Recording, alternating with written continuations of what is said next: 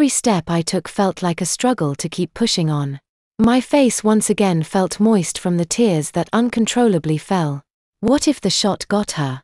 She could be seriously hurt or, worse. My hand reached for the knob and I heard nothing. Lea, with a desperate tug, I flung the door open. She was all right. Her little body hung slightly towards the side of her booster seat while the bullet's impression showed a couple of inches away. It was almost as if the car had completely blocked Lee off from everything that occurred outside. Her cheeks were rosy from sleeping for so long and her bottom lip was glossed with drool. Nothing seemed at all different aside from the light green shorts and white shirt she currently donned. The gunfire still erupting from outside seemed to disrupt Lee's sleep as she quietly stirred.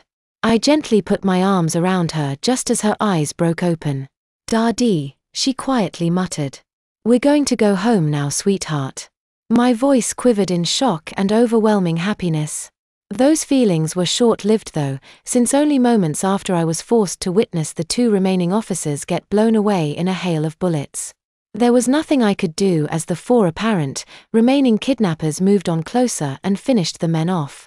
I turned Lee away from the scene, but it seemed fate would not allow anyone the pleasure of temporary comfort. As I turned, an excruciatingly painful sensation dug into my left shin. I immediately fell to my other working leg while still clinging fiercely to little Lee. Her soft whimpers towards what was going on could be heard under the echo of another bullet firing. That one managed to hit me on the opposite shoulder that Lee rested her head on. "You just couldn't fucking die, could ya?" The familiar leader's voice protested. His white shoes stomped angrily down the mud puddles as he approached me on the ground. "Now I'll end things." He snapped in the hammer of his gun and pointed dead at us. I laid my head on the wet gravel and sighed once more. Lee was still whimpering and I simply patted her hair for comfort, awaiting the inevitable end. The warmth of one final tear rolling off my cheek made me smile as I finally let things go. The shot went off.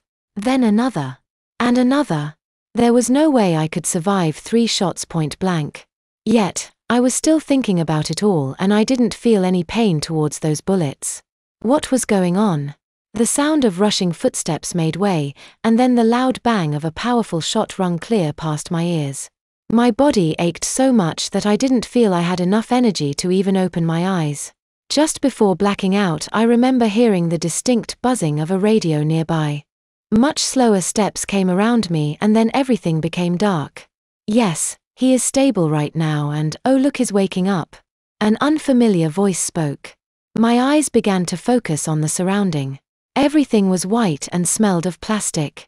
There were a number of figures standing all around me, but wait, something was off. It seemed I had adapted to the rough texture of gravel and pavement so much that I had forgotten what a real bed felt like. A warm hand took a hold of mine. "Hi honey," Amber face appeared before me. She looked to have been in tears for a long time. "Amber. Why you're okay now, sweetheart?" she said with a shaky voice. What do you mean? What happened, Titu?" Everything that occurred last I was awake flooded back to me. How am I still alive? I looked to both of my bruised scratched hands. Well, interesting enough, George's voice came into play. "Almost immediately after we lost connection with you guys, my technicians switched to searching your actual cell phone's GPS, instead of the van's as a whole. It only took us a minute or 2 to get a correct location down. I attempted to raise my body up from the bed. Amber worried towards my condition, but I persisted against staying down. So what was it that took so long? I demanded. Those 3 officers that day gave their life for me, and I felt quite upset that George was taking things so lightly. He released a heavy sigh. Unfortunately, the closest someone was stationed was roughly 5 to 10 minutes away. By the time we all got there, the damage had been done. I slumped my body back down. The quiet beeping of the machines filled the air. "His name's Marquis. One of my better snipers. He was also the first to arrive at the scene that day," George added with a smirk. So that's how everything finally seemed to make sense. "Marshall, you need your rest," Amber said softly with a nudge for me to lie back down.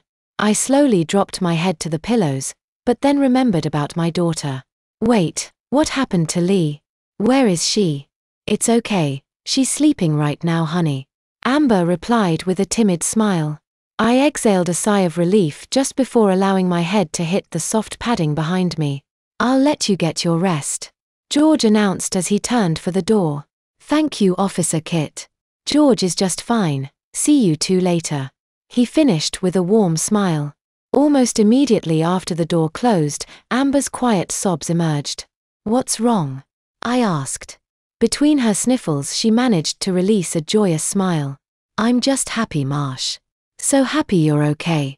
She wrapped her arms around my neck as she continued crying.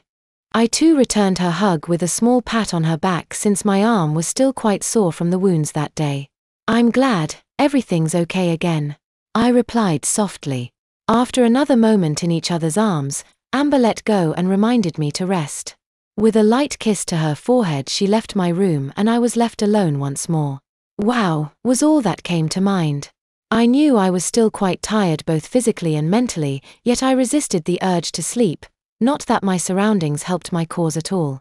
The room lacked any type of decoration aside from its white walls matched boringly to the light blue curtains in front of it.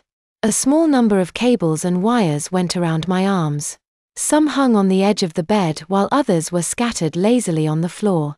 A wide yawn surprised me as I continued examining every detail of the objects nearby. The sheets felt soft and the pillow warm as my eyes rebelled against shutting completely. One last sigh and I fell into a comfortable sleep. After a long and difficult journey, things for once actually felt right.